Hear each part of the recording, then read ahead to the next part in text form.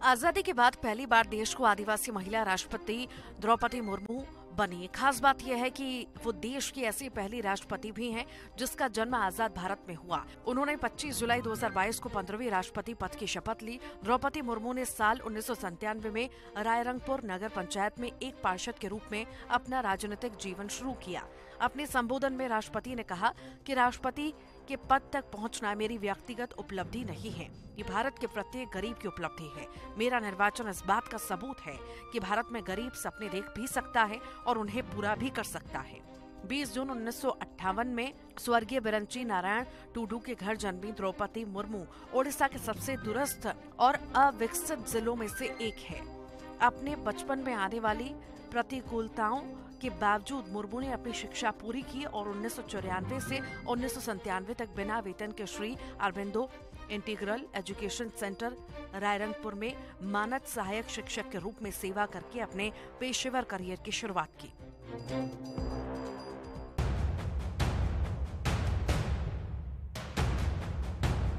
इस साल का सबसे बड़ा राजनीतिक घटनाक्रम है कांग्रेस अध्यक्ष का चुनाव। इस चुनाव में पिछले 25 साल बाद गांधी परिवार से बाहर का व्यक्ति पार्टी अध्यक्ष चुना गया है। इस चुनाव में कांग्रेस के सीनियर नेता मल्लिकार्जुन खड़गे और शशि थरूर के बीच सीधा मुकाबला था। मल्लिकार्जुन खड़गे ने शशि थरूर को बड़े अंतर से हरा दिया। खड़गे को कुल 7,897 वोट मिले, जबकि शशि थरूर को 1,072 वोट मिले। राहुल गांधी की भारत जोड़ो यात्रा ने भी इस साल खूब सुर्खियां बटोरी। लंबे अरसे के बाद सियासत में ऐसी कोई पदयात्रा हो रही है। ये यात्रा 7 सितंबर 2022 को कन्याकुमारी से शुरू हुई। 150 दिनों में 3,570 किलोमीटर की दूरी तय कर ये यात्रा श्रीनगर में खत्म हो गई।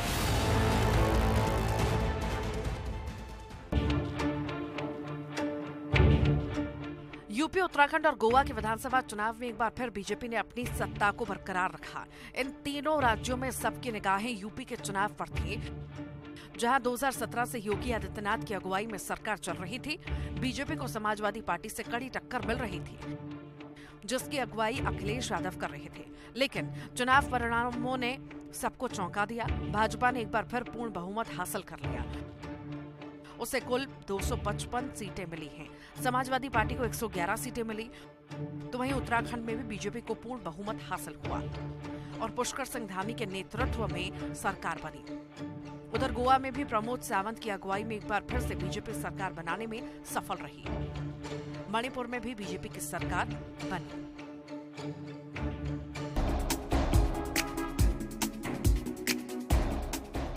विधानसभा चुनाव के नतीजों ने एक साथ कई रिकॉर्ड बना दिए हैं। आम आदमी पार्टी ने पंजाब की 117 में से 92 सीटों पर जीत हासिल करके किसी भी दूसरी पार्टी को मुकम्मल विपक्ष बनने तक का मौका नहीं दिया।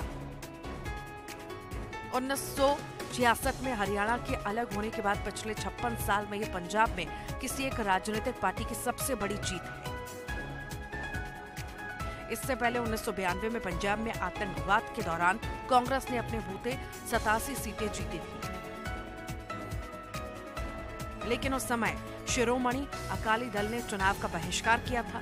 पंजाब में बम्पर जीत हासिल करने वाली आप वोट प्रतिशत के मामले में भी सबसे आगे है। उससे कुल पड़े वोट में से 44% हिस्सा मिला, तो वहीं कांग्रेस को 23% वोट मिले। इधर अकाली दल ने 18.4% वोट तो हासिल कर लिए, लेकिन पार्टी कुल 5 सीटें भी नहीं जीत पाई।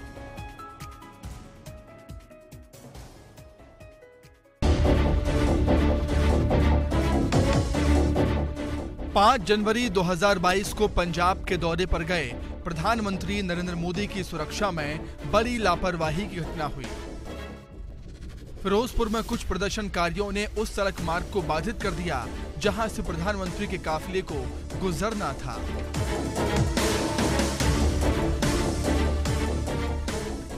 इस वजह से प्रधानमंत्री एक फ्लाईओवर पर 20 मिनट तक फंसे रहे। घटना के बाद प्रधानमंत्री दिल्ली लौटे। वो ना तो किसी कार्यक्रम में शामिल हुए, ना ही 2 साल के बाद राज्य में अपनी पहली रैली को ही संबोधित कर सके। जिस दिन प्रधानमंत्री को रैली संबोधित करनी थी, दोपहर तक फिरोजपुर रोड चालू था। पीएम जैसे ही सड़क मार्ग पर चलना शुरू हुए, उससे पहले ही किसानों ने रास्ता बाधित कर दिया। उन्हें पीएम के सड़क रूट की भनक लग चुकी थी।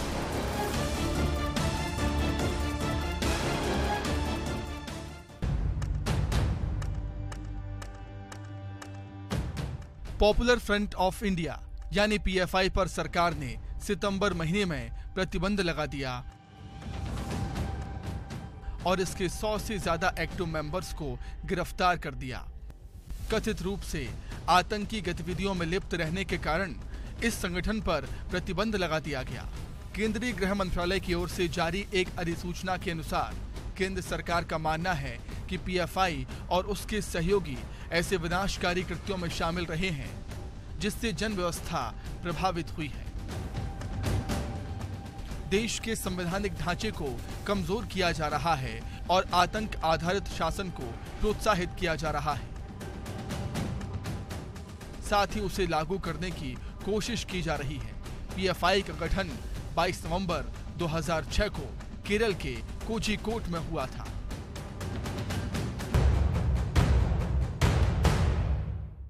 महाराष्ट्र में उद्धव ठाकरे की अगुवाई में चल रही महाविकास अघाड़ी सरकार उस वक्त पटरी से उतर गई जब शिवसेना के गद्दावर नेता और उद्धव के मंत्री एकनाथ शिंदे 28 विधायकों को लेकर गुवाहाटी में डेरा डाल दिया। नतीजा ये हुआ कि उद्धव ठाकरे को सीएम पद से इस्तीफा देना पड़ा। वहां बीजेपी के सहयोग से एकनाथ शिंदे की अगुवाई में सरकार बनी। उद्धव ठाकरे ने साल 2019 में बीजेपी से सत्ता तोड़कर कांग्रेस और एनसीपी के साथ मिलकर सरकार ही नहीं बनाई बल्कि खुद मुख्यमंत्री भी बन गए। हालांकि वैचारिक विरोधी दलों के साथ हाथ मिलाने को लेकर सवाल भी खड़े हुए, लेकिन मुख्यमंत्री की कुर्सी पर काबिज होने के लिए उन्हें नजरअंदाज कर दिया गया। एकनाथ शिंदे ने हिंदुत्व के एजेंडे से हटने और बाल ठाकरे के आदर्शों से भटकने का आरोप लगाते हुए विद्रोह कर दिया।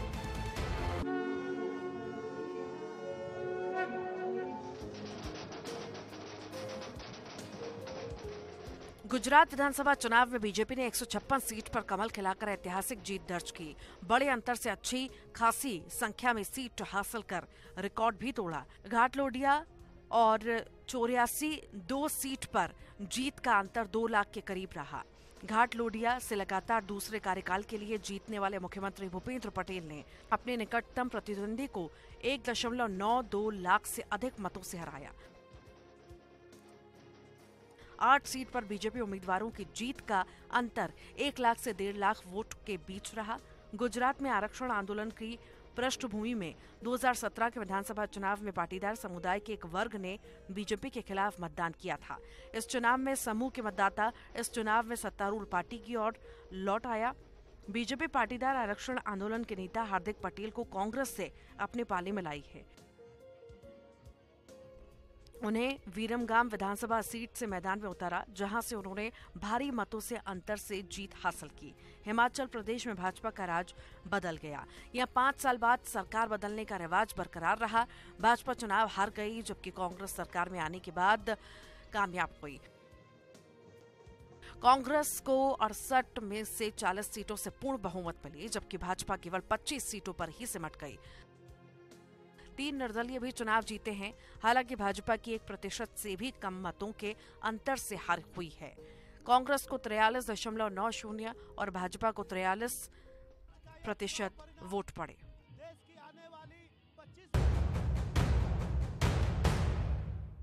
कर्नाटक के उडुपी के एक सरकारी कॉलेज से इस विवाद की शुरुआत हुई। कॉलेज की छात्राएं ड्रेस कॉलेज का उल्लंघन कर हिजाब पहनकर कॉलेज में आईं।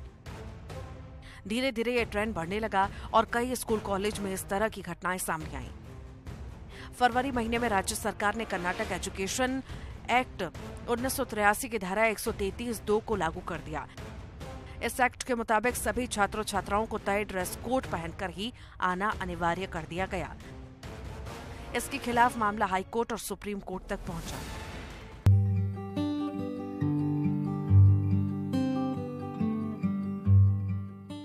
रात 1 दिसंबर 2022 से 30 नवंबर 2023 तक G20 की अध्यक्षता कर रहा भारत में G20 से संबंधित बैठकों की शुरुआत हो चुकी है। सदस्य देश के प्रतिनिधि भारत के नेतृत्व में न सिर्फ अपनी समस्याओं के निवारण पर चर्चा करेंगे, बल्कि भारत की सांस्कृतिक, ऐतिहासिक और तमाम गतिविधियों से परिचित होंगे। वैश्विक मुद्दों जिनमें चर्चा के लिए G20 के सदस्य देशों के प्रतिनिधि भारत का दौरा करेंगे। ये पहली बार है जब G20 की बैठक भारत में हो रही है और 200 से अधिक बैठकें करीब 50 से ज्यादा शहरों में होनी है। ग्रुप ऑफ 20 अंतर्राष्ट्रीय आर्थिक सहयोग का प्रमुख मंच है। ये सभी प्रमुख अंतर्राष्ट्रीय आर्थिक मुद्दों पर वैश्विक संरचना और अधिशासन निर्धारित करने और उसे मजबूत करने में महत्वपूर्ण भूमिका निभाता है।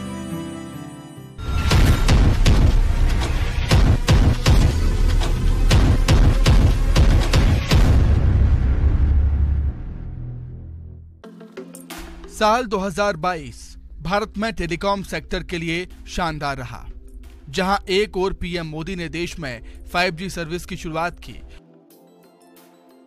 वहीं दूसरी ओर 8वीं स्पेक्ट्रम नीलामी से अब तक का सबसे अधिक राजस्व प्राप्त हुआ। देश भर के 50 शहरों में अब तक 5G सेवाएं शुरू हो चुकी हैं। टेलीकॉम सर्विस प्रोवाइडर्स ने अक्टूबर से सेवाएं शुरू कर दी हैं। 5G सेवा ग्राहकों को 4G की तुलना में 10 गुना तेज इंटरनेट सेवा प्रदान करने में सक्षम है।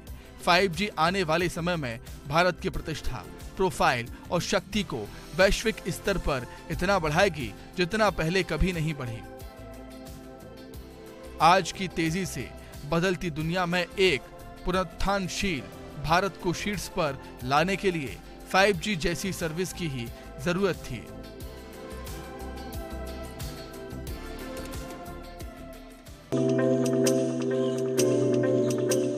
15 अगस्त को पीएम मोदी ने कहा था कि चूंकि भारत आजादी के 75 साल मना रहा है, इसलिए अगले 25 साल के लिए नए सिरे से फोकस और संकल्प के साथ आगे बढ़ने की जरूरत है। इसके लिए 5 संकल्पों पर विशेष ध्यान देने की जरूरत है। इन 5 संकल्पों में विकसित भारत बनाने का लक्ष्य, गुलामी की मानसिकता का पूरी तरह से त्याग, अपनी विरासत पर गर्व, राष्ट्र की एकता बढ़ाने का पुरजोर प्रयास है और हर नागरिक का कर्तव्य का दायित्व वाला विकसित भारत शामिल है। इसके साथ ही पीएम मोदी ने युवाओं से अपने जीवन के अगले 25 साल राष्ट्र के विकास के लिए समर्पित करने का आग्रह किया। ट्रेड वॉर, तेजी से बिगड़ते जलवायु और ऊर्जा संकट, कोविड-19 महामारी और यूक्रेन रूस संघर्ष के बीच दुनिया जिस भारतीय लोकतंत्र की ओर देख रही है, युवा उद्यमियों के लिए अमृत काल में इससे बड़ा महत्वपूर्ण कुछ और नहीं हो सकता।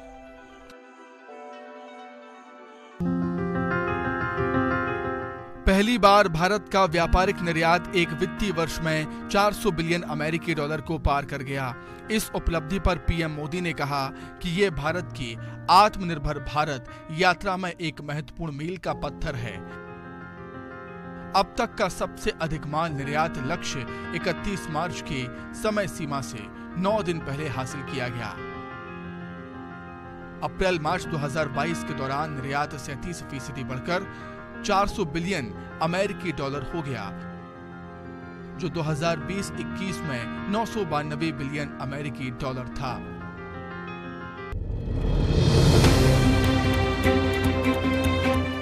दुनिया के तमाम बड़े निवेशक, बैंक, संगठन और विशेषज्ञों का कहना है कि अगला दशक हिंदुस्तान का है। यही वजह है कि दुनिया आज भारत का लोहा मान रही है। भारत विश्व की फास्टेस्ट ग्रोइंग अर्थव्यवस्था में शामिल है। यही वजह है कि वैश्विक महामारी को मात देकर भारत दुनिया की 5वीं सबसे बड़ी अर्थव्यवस्था बन गया है। खास बात यह है कि भारत ने ब्रिटेन को पछाड़कर ये उपलब्धि हासिल की। अब भारत से आगे सिर्फ अमेरिका, चीन, जापान और जर्मनी है। पिछले 10 सालों में 11वें पायदान से यहां तक का सफर भारत ने तय किया है। इस लिहाज से ये बेहद शानदार और प्रत्येक भारतीय के लिए गर्व करने का क्षण है। 5, 4, 3, 2, 1, 0. Event number 96 completed. And we have a successful liftoff of Vikram S rocket. 18 नवंबर को पूरे देश ने स्पेस सेक्टर में एक नया इतिहास बनते देखा। इस दिन भारत ने अपने पहले ऐसे रॉकेट को अंतरिक्ष में भेजा, जिसे भारत के प्राइवेट सेक्टर ने डिजाइन और तैयार किया था। इस रॉकेट का नाम है विक्रम एस। श्रीहरिकोटा से स्वदेशी स्पेस स्टार्टअप के इस पहले रॉकेट ने जैसे ही ऐतिहासिक उड़ान भरी, हर भारतीय का सिर गर्व से ऊंचा हो गया। इसके साथ ही भारत में अंतरिक्ष तकनीक के मामले में निजी रॉकेट कंपनियों के प्रवेश की शुरुआत हो गई है। भारत अब उन चंद देशों में शामिल हो गया है जहां निजी कंपनियां भी अपने बड़े रॉकेट लॉन्च करती हैं।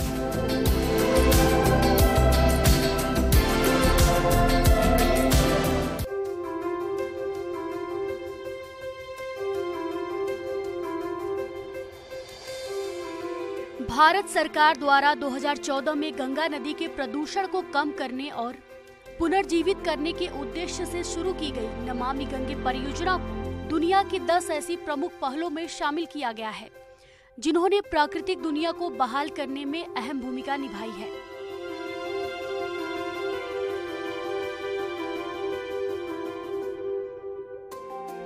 सरकार की 2014 में शुरू नमामि गंगे योजना गंगा और उसकी सहायक नदियों के मैदानी हिस्सों के पुनर्जीवन और संरक्षण, गंगा बेसिन के कुछ हिस्सों के वनीकरण और सतत कृषि को बढ़ावा देने की पहल है। संयुक्त राष्ट्र ने बताया कि इस परियोजना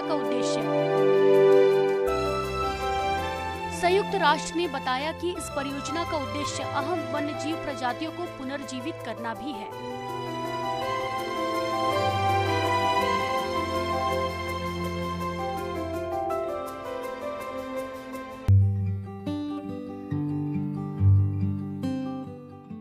भारत ने कोविड के संक्रमण पर लगाम लगाने के साथ ही रिकॉर्ड वैक्सीनेशन कर पूरी दुनिया को हैरान कर दिया है। भारत ने 220 करोड़ से ज्यादा वैक्सीन डोज का माइलस्टोन पार कर लिया है। भारत में 16 जनवरी 2021 को वैक्सीनेशन कार्यक्रम शुरू हुआ था। 200 करोड़ टीकाकरण के आंकड़े को भारत ने 17 जुलाई 2022 को पार किया था। वहीं 100 करोड़ वैक्सीन डोज के लक्ष्य को पिछले साल 21 अक्टूबर में छू लिया था। इसके साथ ही भारत में ही बनी विश्व की पहली नेजल कोविड वैक्सीन भी तैयार है, जिसे इमरजेंसी अप्रूवल भी मिल चुका है। यानी अब इंट्रानेशनल वैक्सीन इनकोवैक नाक से दी जाएगी। चीन में जब कोरोना वायरस अपना कहर बरपा रहा है, भारत में संक्रमण की स्थिति काबू में बनी हुई है।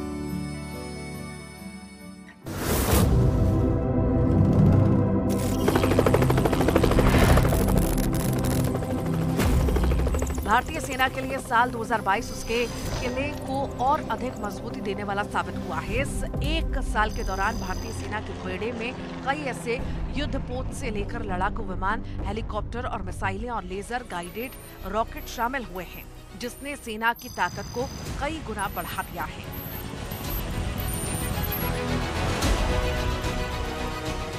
आपको बता दें कि साल 2014 में नरेंद्र मोदी के प्रधानमंत्री बनने के बाद से ही सेना की ताकत में लगातार इजाफा देखने को मिल रहा है। इस दौरान भारत का रक्षा बजट भी दोगुना हो चुका है। साल 2022 के दौरान भारत के पास राफेल लड़ाकू विमानों को पूरी खेप आ गई।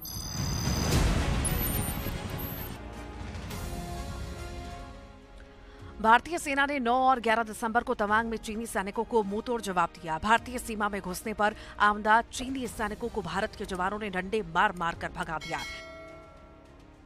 इससे पहले जून 2020 में गलवान घाटी में भी चीन की सेना को जवानों ने घुसपैठ करने से रोक दिया था। हालांकि इस दौरान 20 भारतीय जवान शहीद हो गए थे, जबकि चीन के 40 से अधिक सैनिकों की मौत हो गई थी।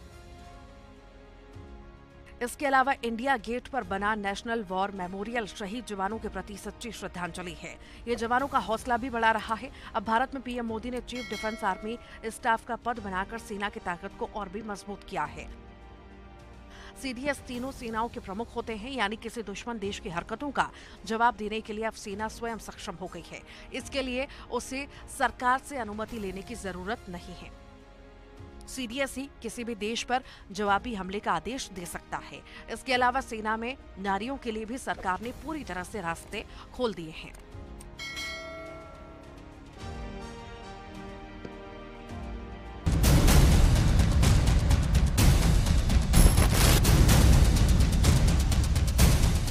साल के अंत का अपराध की सबसे बड़ी घटना सामने आई। दिल्ली के महरौली में हुए श्रद्धा हत्याकांड ने सभी का दिल दहला दिया। लिव इन में रहने वाली श्रद्धा की हत्या करके उसके शव के कई टुकड़े किए गए। आफताब ने अपनी लिव इन पार्टनर 27 साल की वालकर की मई में गला दबाकर हत्या कर दी थी और उसके शव के 35 टुकड़े कर दिए थे। इसके बाद उन्हें करीब 3 सप्ताह तक दक्षिण दिल्ली के महरौली में अपने घर में 300 लीटर के फ्रिज में रखा था और कई दिनों तक उन्हें शहर के अलग अलग हिस्सों में फेंका था। श्रद्धा की हत्या का आरोप उसी के बॉयफ्रेंड आफताब पर लगा है। फिलहाल आफताब तिहाड़ जेल में बंद है और मामले की तफ्तीश जारी है। साल 2022 खेल के क्षेत्र में भी भारत के लिए काफी महत्वपूर्ण रहा। बर्मिंघम में आयोजित कॉमनवेल्थ गेम्स 2022 में भारत ने अपना सर्वश्रेष्ठ प्रदर्शन किया। खासतौर पर बेटियों ने अपना कमाल दिखाया, जहां कॉमनवेल्थ गेम्स 2022 में पहली बार में महिला क्रिकेट को पहली बार शामिल किया गया और उसमें भारतीय महिला टीम ने क्रिकेट में सिल्वर मेडल जीता। महिलाओं की लॉन बॉल टीम ने भारत को पहली बार गोल्ड मेडल दिलाकर इतिहास रच दिया है। भारत की 4 खिलाड़ियों वाली टीम ने दक्षिण अफ्रीका को हराकर 92 साल के इन खेलों के इतिहास में भारत को पहली बार मेडल दिलाया। अपाचे और प्रचंड स्वदेशी लाइट कम्बैट हेलीकॉप्टर भी वायुसेना में शामिल हुए हैं। इससे वायुसेना की हमलावर क्षमता कई गुना बढ़ गई है। इसी तरह इंडियन नेवी को INS Vikrant, INS Vikramaditya, INS Udaygiri और मोमुर्गा जैसे युद्ध पोत मिले हैं, जिनमें परमाणु हथियारों को भी संचालित करने की क्षमता है। पीएम मोदी के मंत्र मेक इन इंडिया को साकार करते हुए देश ने रक्षा के क्षेत्र में बड़ी आत्मनिर्भरता हासिल की है। अब भारत न सिर्फ अपने लिए रक्षा के लिए उपकरण और अत्याधुनिक हथियार बना रहा है, बल्कि दूसरे देशों को इसे निर्यात करने में भी सक्षम हो गया है। इससे देश की विदेशी मुद्रा की आय हो रही है।